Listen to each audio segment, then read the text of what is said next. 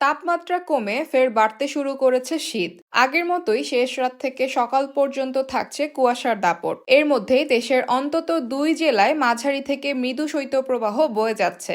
এ অবস্থায় আগামী 24 ঘন্টায় 2 ডিগ্রি পর্যন্ত কমতে পারে দিন রাতের তাপমাত্রা। আবহাওয়া অধিদপ্তর জানিয়েছে, আগামী 3 দিন অস্থায়ীভাবে আংশিক মেঘলা আকাশ সহ সারা দেশের আবহাওয়া শুষ্ক থাকতে পারে। এই সময় দেশের কোথাও বৃষ্টিপাতের সম্ভাবনা নেই। তবে আগের মতো শেষ রাত থেকে সকাল পর্যন্ত কোথাও কোথাও মাঝারি থেকে ঘন কুয়াশা থাকতে পারে। রবিবার উত্তরের 2 জেলা পঞ্চগড় ও কুড়িগ্রামে মাঝারি থেকে মৃদু শৈত্যপ্রবাহ বয়ে যাচ্ছে।